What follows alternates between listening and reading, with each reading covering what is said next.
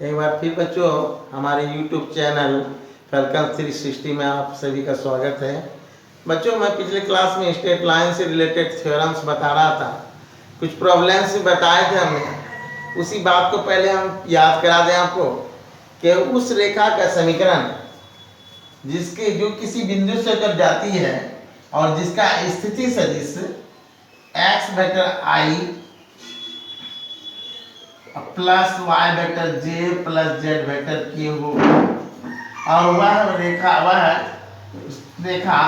A vector i plus b vector j और plus C vector के से होकर जाती हो, के समांतर हो, तो ऐसे x1 वेक्टर आई, y1 वेक्टर z1 वेक्टर जे, यानी उस रेखा का समीकरण जो किसी बिंदु से होकर जाती है और जिसका स्थिति से इसे x1 वेक्टर आई, y1 वेक्टर जे और z1 वेक्टर के हो, और वह रेखा उस वेक्टर के पैरेलल हो, यानी a vector i plus b vector j plus c vector के, या वह रेखा उस दिशा में जाती हो जिसका डायरेक्शन ये दिया हुआ है, तो ऐसी रेखा का समीकरण होता है बच्चों x माइनस x1 बटे a1 a, y minus y1 बटे b और z माइनस z1 बटे c। ये वो आपका कार्टेशियन इक्वेशन। इसका वेक्टर इक्वेशन होता है बच्चों vector a r is equal to x1 vector i plus y1 vector j plus z1 vector k और plus lambda into a vector i plus b vector j plus c vector k। तो इसी पर based ये तीनों question है बच्चों, जिसको हम अभी बनाने जा रहे हैं आपके सामने। देखिए एक्सरसाइज 11.2 का ये तीन क्वेश्चन आपके सामने हैं और ये कितना आसान है देखिए आप अच्छी तरह से। पहला क्वेश्चन नंबर 5 है बच्चों, उस रेखा का सदिश एवं कार्तीय समीकरण दैट मींस कार्टेशियन इक्वेशन ज्ञात करें जो उस बिंदु से होकर पास करती है जिसका स्थिति सदिश 2 vector i minus vector j plus 4 vector K तथा दिशा vector i plus 2 vector j plus vector minus vector K है। तो बच्चों इस क्वेश्चन को सॉल्व करने के लिए लिखना है आपको क्वेश्चन नंबर 5, यहाँ किस बिंदु से होकर जाती है, इस बिंदु से, यानी वेक्टर a दिया हुआ बच्चों कितना 2 vector i minus vector j plus 4 vector के, और उसकी दिशा क्या है, यानी वेक्टर b दिया हुआ बच्चों vector i plus 2 vector j minus vector के। इसलिए रेखा का सदिश समीकरण क्या होगा बच्चों, हम आपको बताए थे ना, याद कीजिए vector r is equal to vector a plus lambda vector b। That means क्या लिखना बच्चों, vector r is equal to vector a that means 2 vector i minus vector j plus 4 vector k और प्लस लैम्डा, और इसका direction ये है यानी vector b, यानी क्या होगा vector i plus 2 vector j और माइनस वेक्टर k। इस तरह बच्चों इसका कार्टेशियन वेक्टर इक्वेशन हो गया। हम आपको फिर बताने जा रहे हैं कि रेखा का कार्तीय समीकरण क्या होगा, यानी कार्टेशियन इक्वेशन क्या होगा, तथा रेखा का कार्तीय समीकरण। रेखा का कार्तीय समीकरण क्या होगा, तो ये रेखा किस बिंदु से कट जाती है 2 माइनस 1 4, और इसका डायरेक्शन कोसाइन दिया हुआ है, यानी डायरेक्शन दिया हुआ है या डायरेक्शन रेशियो दिया हुआ है। उसका क्या फॉर्मूला है बच्चों, x माइनस 1 बटे a y minus y1 by b, हम कार्टेशियन इक्वेशन बताए थे, z minus z1 by c। x minus x1 that means 2, x minus 2 by a, इसके i का कोएफिशिएंट यहां पर 1 है, y माइनस y1 यानी क्या हो गया यहाँ माइनस 1 और यहाँ b यहाँ पर 2 है, और z माइनस z1 यहाँ 4 है, और यहाँ c मींस माइनस 1 है। इंप्लाई दैट बच्चों क्या हुआ, x minus 2 by 1 y plus 1 by 2 और z माइनस 4 बाय माइनस 1। ये हुआ बच्चों आपका कार्टेशियन इक्वेशन। बात समझ में आ रही है बच्चों, ठीक है।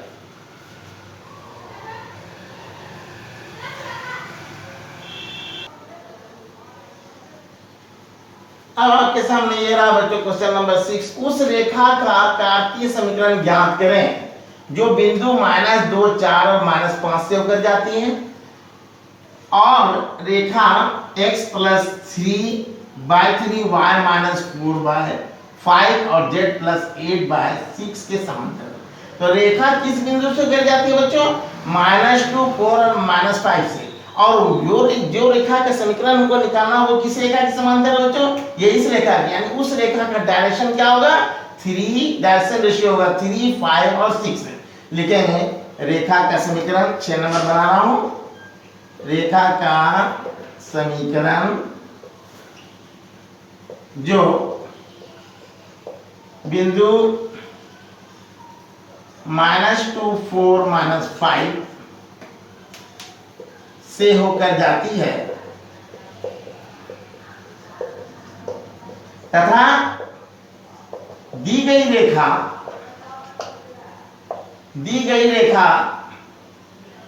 x + 3/3 y - 4/5 z + 8/6 के समांतर है।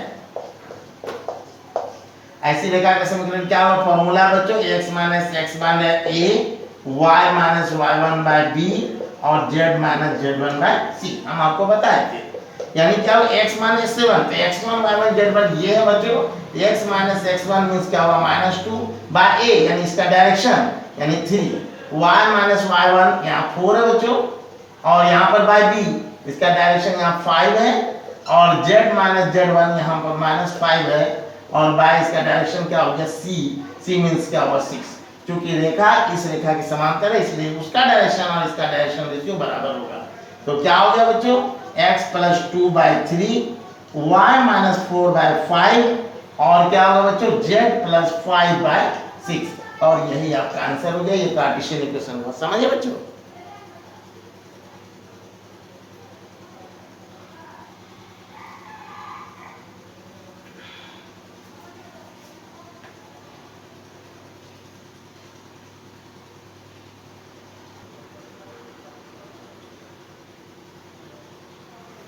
बच्चों आपके सामने ये 7 नंबर क्वेश्चन देखिए, पढ़िए क्या कह रहा है।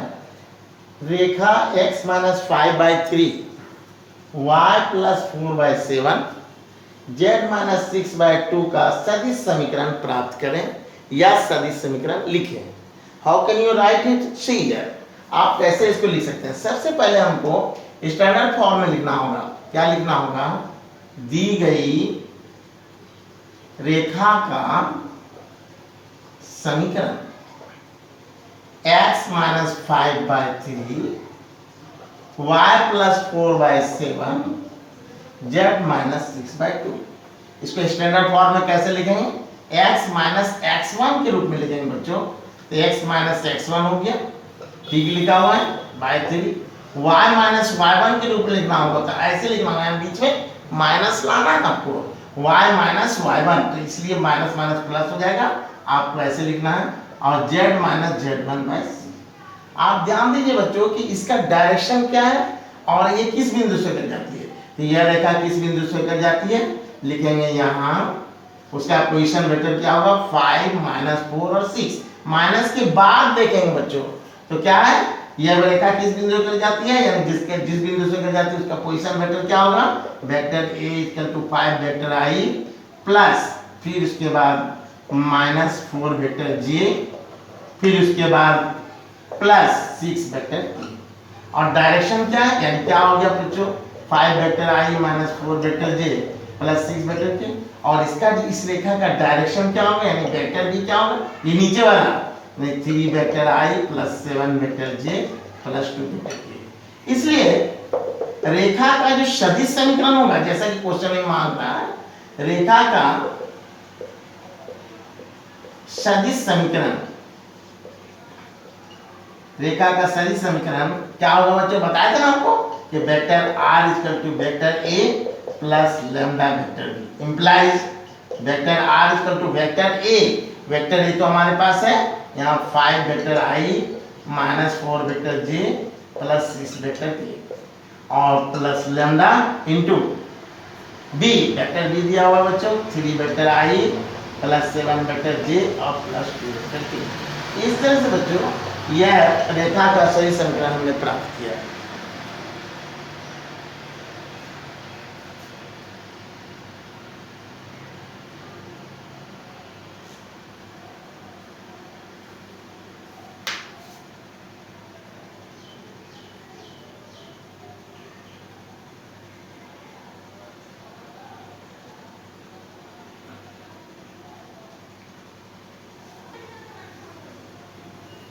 बच्चों अब हम क्वेश्चन नंबर 8 से बात करते हैं। देखिए क्वेश्चन नंबर 8 क्या कहता है, उस रेखा का सदिश एवं कार्तीय समीकरण ज्ञात करें जो दो बिंदुओं यानी मूल बिंदु 0 0 तथा दूसरा बिंदु 5 - 2 3 से होकर जाती है। ऐसी रेखा का हमको क्या ज्ञात करना है, वेक्टर इक्वेशन यानी सदिश समीकरण तथा कार्टीसियन इक्वेशन यानी कार्तीय समीकरण ज्ञात करना है। बच्चों देखिए हम कैसे ज्ञात करेंगे। पहले यहाँ क्या लिखेंगे, यहाँ दो बिंदु है यानी x1 y1 और z1, और यहाँ पर है x2 y2 और z2। यहाँ पर x1 y1 z1 कितना है बच्चों, x1 y1 z1 दिया हुआ है वह है 0 0 0 तथा x2 y2 और z2 कितना दिया हुआ बच्चों 5 - 2। हम आपको बताए थे कि जब कोई रेखा दो बिंदु से बन जाती है x1 y1 z1 और x2 y2 z2 तो वैसी रेखा का समीकरण क्या होता है बच्चों, याद कीजिए x - x1 by x2 - x1 y - y1 by y2 - y1 और z - z1 by z2 - z1।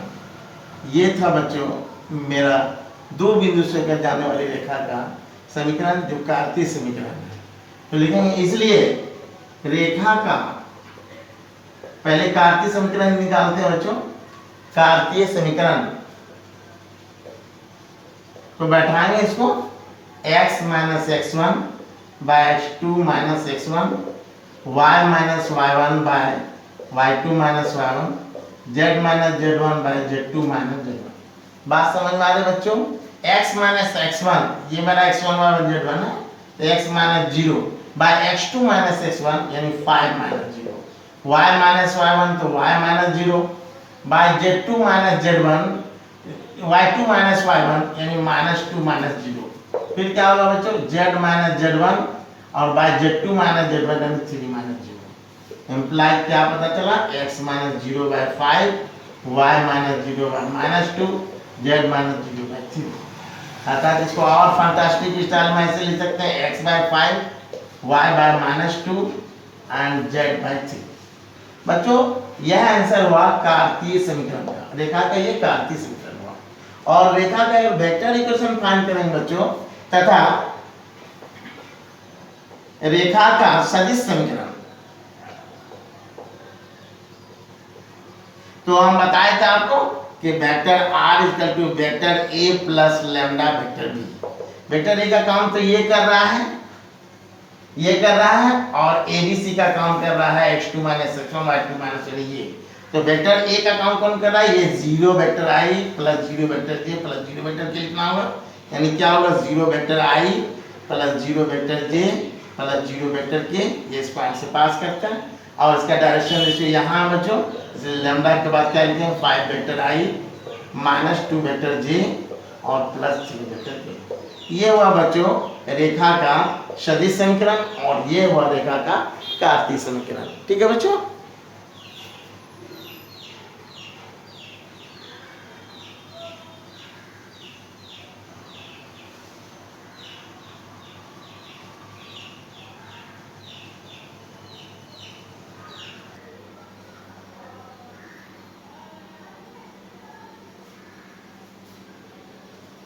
बच्चों अब एक नए किस्म का सवाल है, इसको आप देखिए। दो रेखाओं के बीच आप कैसे उसके बीच का कोण निकाल सकते हैं। How can you find the angle between two given straight line. ये पहला स्ट्रेट लाइन है, ये दूसरा स्ट्रेट लाइन है। इस दोनों के बीच का एंगल कैसे फाइंड करेंगे, देखिए कितना इजी है। यहाँ पर बच्चों पहली रेखा के लिए क्या दिया हुआ है, वेक्टर a1 समझिए। वेक्टर a1 बराबर दिया हुआ है 2 vector i minus 5 vector j plus vector k, और यहाँ b1 दिया हुआ है 3 vector i plus 2 vector j plus 6 vector k। दूसरी रेखा किस बिंदु से अगर पास करती है वो देखिए। उसके लिए a2 दिया हुआ है, वेक्टर a2 इस बिंदु से अगर जाती है 7 - 6 और 0 7 0 - 6 से, तो 6 7 vector i minus 6 vector k है। और यह इसका डायरेक्शन b2 बराबर दिया हुआ बच्चों vector i plus 2 vector j plus 2। हमको कहना ये है बच्चों कि अगर इस दोनों रेखा के बीच का एंगल निकालना है तो उसके डायरेक्शन को देखना होगा। एक इस डायरेक्शन में, तो उसके बीच का एंगल मान लेते हैं थीटा है, तो डायरेक्शन तो ये दोनों है। तो मान लेते हैं कि माना कि रेखाओं के बीच का कोण, रेखाओं के बीच का कोण थीटा, दैट मीन्स इसके और इसके बीच का कोण थीटा है। तो आपको वेक्टर में हम पढ़ाए थे कि cos थीटा बराबर क्या होता है बच्चों, तो दो वेक्टर का डॉट प्रोडक्ट जब होता था, डॉट प्रोडक्ट में पढ़ाए थे cos थीटा इक्वल टू पहला वेक्टर डॉट दूसरा वेक्टर बाय दोनों वेक्टर का मॉड, मॉड वेक्टर है मॉड वेक्टर है, और इसको पूरा में मॉड ले लीजिए। इंप्लाई दैट क्या होगा बच्चों, cos theta b1 dot b2 लेंगे तो i को i के साथ डॉट कराएंगे तो i डॉट i 1 होता है, यानी क्या होगा 3, फिर इसका j डॉट j भी क्या होता है 1, तो 2 टू जा 4, और k डॉट k भी 1 होता है, तो 6 टू जा 12 हो गया। बाकी रहा इसका मॉड निकालेंगे बच्चों, तो जैसा कि आप देख रहे हैं यहाँ पर 9 हो गया, 3 का स्क्वायर, फिर 2 का स्क्वायर 4 हो गया, 6 का स्क्वायर 36, और दूसरा यहाँ b2 का क्या होगा 1 का स्क्वायर 1 कोफिशिएंट है, यहाँ पर 2 का स्क्वायर 4 हो गया, और 2 का स्क्वायर क्या हो गया 4, ये हुआ। इम्प्लाई क्या होगा बच्चों, cos थीटा इक्वल टू 12 का 16, 3 19 हो गया, 36 से 40 9 49 हो गया बच्चों, और 4 4 8 क्या हो गया 9 हो गया बच्चों। ध्यान से देखिएगा यहाँ पर तो 19 हो गया, और इसका हो गया 7, इसका हो गया 3, तो 19/21 हो गया बच्चों। cos थीटा इक्वल टू जब 19/21 हो गया, तो इसलिए थीटा इक्वल टू क्या हो गया बच्चों, cos इनवर्स 19/21। इस तरह से हमने दो रेखाओं के बीच का एंगल को फाइंड किया, और इस तरह से ही बच्चों।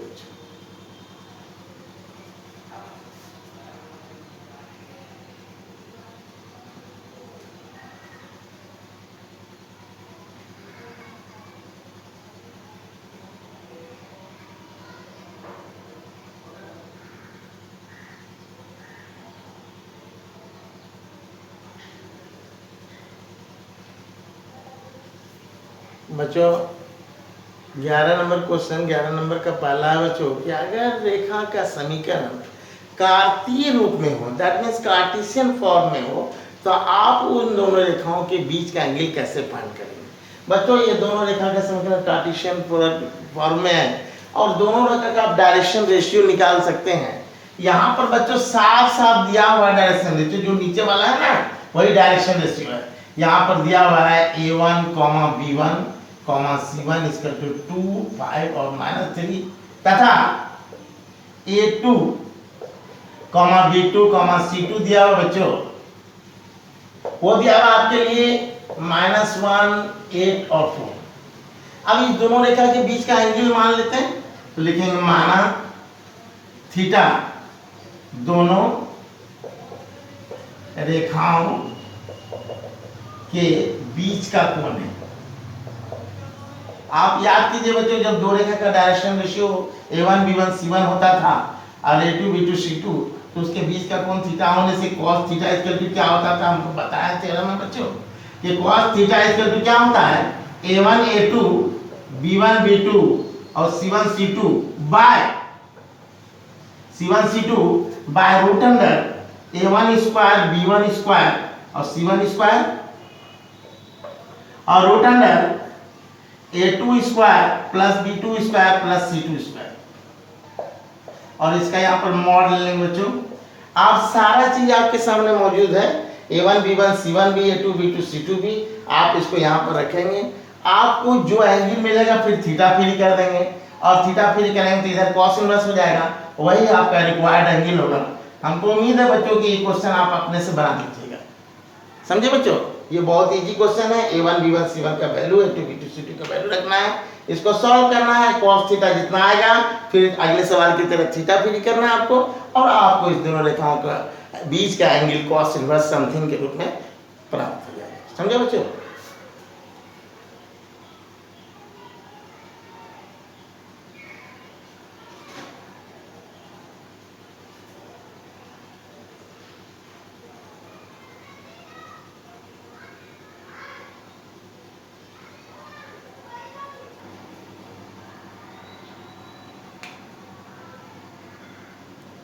बच्चों ये है बहुत इंपॉर्टेंट क्वेश्चन है एग्जामिनेशन पॉइंट ऑफ व्यू से, जिसको आप देख रहे हैं।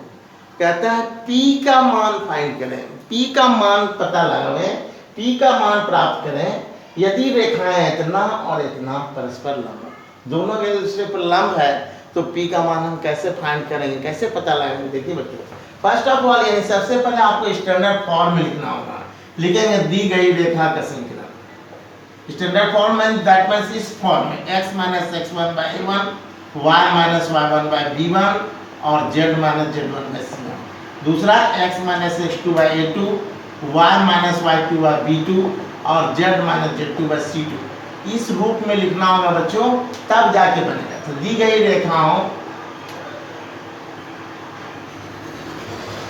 रेखाओं के समीकरण देखिए ध्यान से बच्चों, 1 माइनस एक्स बटे 3, 7 minus y minus 14 by 2p, z minus 3 by 2 और common 7 minus 7x by 3p, y minus 5 by 1 और z माइनस 6 बाय 5। बच्चों स्टैंडर्ड फॉर्म क्या होता है, x माइनस x1 होता है, पहले x होता है, पहले y होता है, पहले z होता है। तो पहले वाले यानी बाद वाले को पहले करना होगा। इसके लिए आप क्या बच्चों माइनस कॉमन ले लीजिए, x माइनस 1 बाय 3 हो गया। यहाँ पर क्या कीजिए बच्चों 7 कॉमन ले लीजिए, तो y माइनस 2 बाय 2p हो गया। यहाँ पर क्या हो गया z माइनस 3 बाय 2। और दूसरा देखिए बच्चों इसको, यहाँ पर देखिए x पहले आ गया, इसलिए माइनस पहले कॉमन ले लीजिए। 7x माइनस 7 बाय क्या होगा 3p, ये फिर फॉर्म में है y माइनस y1 बटे के फॉर्म में है। और फिर यहाँ माइनस कॉमन ले लीजिए z माइनस 6 बाय, यानी x y और z पहले आना चाहिए, x1 बाद में हो y1 बाद में हो, इस फॉर्म में। अब देखिए इसको और अच्छा रूप से, यानी इसके साथ कोई चीज है तो उसको फ्री करना है। ये माइनस को बच्चों नीचे आप लिख सकते हैं, x minus x1 by minus 3। फिर देखिए 7 ये एक्स्ट्रा आ गया है, 7 से ऊपर नीचे डिवाइड कर दें, या ऊपर नीचे डिवाइड कीजिएगा तो ये क्या हो जाएगा 2p बाय 7 हो जाएगा। बच्चों देख रहे हैं ना, z माइनस 3 बाय 2 हो जाएगा और कॉमा। फिर इसको देखिए यहाँ पर 7 दोनों में है, 7 बाहर निकाल दीजिए, माइनस 7 बाहर निकाल दीजिए। और उसके बाद बच्चों यहाँ पर x माइनस 1 बाय 3p हो जाएगा। फिर ये फॉर्म है y माइनस 5 बाय 1, और इस माइनस को आप नीचे लिख सकते हैं, z माइनस 6 बाय कितना हो गया माइनस 5। फिर और इसको स्टैंडर्ड फॉर्म में लिखेंगे, x minus x1 by minus 3, y minus 2 by 2p by 7, hello. और यहाँ पर z माइनस 3 बाय 2 और कॉमा, ये माइनस 7 से ऊपर नीचे डिवाइड कर दें बच्चों, तो x माइनस 1 बाय क्या हो गया माइनस 3p बाय 7, और यहाँ पर क्या होगा y minus 5 by 1, z minus 6 by minus 5। ये हुआ आपका standard form, x minus x1 by a1, y minus y1 by b1, z minus z1 by c1, ये पहला वाला। और दूसरा वाला बच्चों x minus x1 by a2, y minus y1 x minus x2 by a2, y minus y2 by क्या होगा b2 और z minus z2 bye c2। अब हमको क्या सेलेक्ट करना बच्चों, यहाँ पर a1 b1 c1 क्या है और a2 b2 c2 क्या है। तो हियर यहाँ a1 b1 और c1 है आपके लिए माइनस 3 2p बाय 7 2, और a2 b2 c2 ये क्या है आपके लिए माइनस 3p बाय 7 1 और माइनस 5। अब मान लेते हैं बच्चों कि इस दोनों रेखाओं के बीच का कोण क्या है, थीटा है। इन दोनों रेखाओं के बीच का कोण थीटा अगर मान लेते हैं बच्चों, तो देखते हैं कैसे उसके बीच का कोण फाइंड करते हैं, या हम दिखलाते हैं। अगर ये बताया गया था क्वेश्चन बच्चों कि ये दोनों लाइन एक दूसरे पर क्या परस्पर लंब है, तो लंब होने का कंडीशन हम बताए थे बच्चों कि अगर दोनों रेखाएं परस्पर लंब होगी तो क्या कंडीशन था, a1 a2 plus b1 b2 plus c1 c2 equal to 0, है ना। लेकिन यदि दी गई रेखाएं परस्पर लंब हो, परस्पर क्या लंब हो, तो क्या होता है कंडीशन बच्चों, a1 a2 plus b1 b2 plus c1 c2 equal to क्या होता है बच्चों 0 होता है। अब आपके पास a1 b1 c1 है, a1 a2 है। जैसे a1 क्या है -3 और A2 क्या है -3p/7। फिर B1 क्या है आपका, B1 है 2p/7 और B2 क्या है 1। फिर C1 क्या है 2 और C2 क्या है मेरे बच्चों -5 = 0। आइए यहाँ पर 9p हो गया 2 11p हो गया बाय 7 और उधर क्या हो गया 10 हो गया। इम्प्लाइज क्या हो गया बच्चों p = 70/11 और यही आपका आंसर हो गया बच्चों। कितना आसान सवाल था कि ये दोनों रेखा अगर परस्पर लंब हो तो आपको p का वैल्यू फाइंड करना था और बहुत इंपॉर्टेंट क्वेश्चन था बच्चों, ये आपका आंसर हुआ। बात समझ में आ रही है बच्चों? अब हम लोग नेक्स्ट क्वेश्चन बनाएंगे।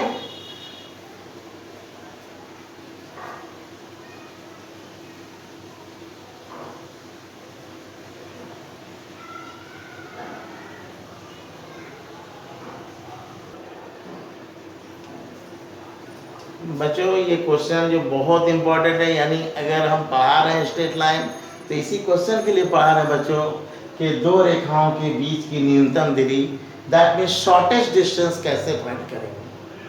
बच्चों ये वेक्टर फॉर्म में दोनों रेखा का समीकरण दिया हुआ है। अगर पहली रेखा के समीकरण को आप ऐसे समझो कि वेक्टर r = a1 + λ(b1) और वेक्टर r = a2 + μb2, तो हम लिख सकते हैं बच्चों कि यहाँ वेक्टर a1 क्या है आपके लिए vector i + 2 vector j + vector k और वेक्टर b1 क्या है vector i - vector j + vector k तथा वेक्टर a2 क्या है बच्चों 2 vector i - vector j - vector k और वेक्टर b2 क्या है 2 vector i + vector j + 2 vector. आपको याद होगा बच्चों हमने बताया था कि अगर दो रेखाओं के सही समीकरण दिए हुए हों तो उसका बीच का जो न्यूनतम दूरी होता है शॉर्टेज डिस्टेंस का फॉर्मूला होता है बच्चों। आपको याद कीजिए हम थ्योरम बताए थे। शॉर्टेज डिस्टेंस का फॉर्मूला क्या होता है बच्चों vector a2 - a1 dot b1 cross b2 by mod of b1 cross b2। तो ये सारा चीज हमको चाहिए शॉर्टेज डिस्टेंस फाइंड करने के लिए। हमको ये सारा चीज चाहिए। सबसे पहले a2 - a1 निकालते हैं बच्चों, लेकिन therefore vector a2 - vector a1 इसमें इसको घटाना है तो क्या बचेगा वेक्टर i, इसमें इसको घटाइएगा आप तो -3 वेक्टर j होगा और इसमें इसको घटाइएगा तो -2 वेक्टर। आधा काम हो गया, एक काम हो गया। उसका b1 क्रॉस b2 निकालना था। हम बताए थे बच्चों कि दो वेक्टर का अगर क्रॉस प्रोडक्ट निकालना है तो डिटरमिनेंट मेथड आपको याद करना चाहिए कि i j k लिख देना है और फिर यहाँ पर क्या लिखना है 1 - 1 1, फिर इसका लिखना है 2, उसके बाद इसका कोएफिशिएंट 1 और 2। ये बहुत इजी में बनेगा बच्चों। यानी i के लिए काम करें तो ये बन ये बन यानी क्या होगा -2 और -1 वेक्टर i फिर भी माइनस वाला होता है। j के लिए काम करेंगे तो 2 - 2 होगा वेक्टर j और फिर k के लिए काम करेंगे तो 1 + 2 होगा वेक्टर k। 1 + 2 माइनस आसमान घटा देने वाला फॉर्मूला तो -3 वेक्टर i ये तो 0 ही हो गया और प्लस क्या होगा मेरे बच्चों प्लस हो गया 3 वेक्टर k। वाह दोनों काम हो गया। लेकिन इसलिए इसका मॉड भी निकाल लेते हैं b1 क्रॉस b2।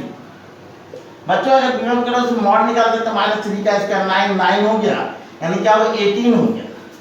18 होने का मतलब समझते हैं बच्चों 3 6 9 2 जाना तो 3√2 हो गया 3√2 हो गया। बच्चों इतना काम तो आप कर लिए। अब इसका डॉट प्रोडक्ट करना है। देखते हैं डॉट प्रोडक्ट कैसे करते हैं।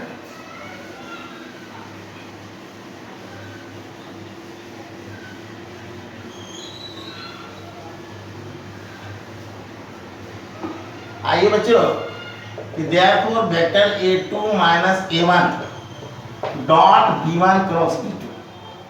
तो डॉट प्रोडक्ट आपको बताया तो बच्चों ये आपके लिए b1 क्रॉस b2 है और ये है a2 - a1। तो i को i के साथ डॉट कराना है दैट मींस 3 हो गया और j को साथ यहाँ तो नहीं j वाला और k को k के साथ दैट मींस क्या हो गया -6 यानी -9 हो गया। तो इसलिए शॉर्टेज डिस्टेंस निकालना है तो ये फॉर्मूला हम लगाएंगे। क्या लगाएंगे a2 - a1 dot b1 cross b2 का vector by mod of vector b1 cross b2 और फिर पूरे का मॉड। तो ये तो बेलाग आप निकाल लिए हैं, इसका वैल्यू कितना मिला बता दीजिए, -9। अब v1 प्लस v2 का मॉड कितना निकला है, √2। दैट मीन्स ये हो गया बच्चों -3/√2, क्योंकि ये माइनस में है, अब मॉड के अंदर है तो 3/√2 हो गया। यानी बच्चों क्या देख रहे हैं, शॉर्टेज डिस्टेंस आप √2 से ऊपर नीचे मल्टीप्लाई कर दीजिए तो 3√2/2। ये आपका आंसर हो गया बच्चों। यानी क्या हो गया, shortage distance between two lines find करने के लिए आपको क्या करना है, पहले इसका a1 b1 और a2 b2 का पता लगाना है, and after that you have to find a2 - a1 और b1 प्लस b2 निकालना है। उसके बाद b1 प्लस b2 का मॉड निकालना है और इस फॉर्मूला में रख देना बच्चों, तो आपको मिल जाएगा उस दोनों रेखाओं के बीच की न्यूनतम दूरी। बात समझ में आ गई बच्चों। आज इतना ही बच्चों, हम उम्मीद करते हैं कि हमारी जितनी बातें बताई गई हैं आप उसको अच्छी तरह भली भांति समझे होंगे, और सारे सवाल को जो कि मैंने छोड़ा है वो लाइक सवाल को आप जरूर बना लेंगे। Thank you for today.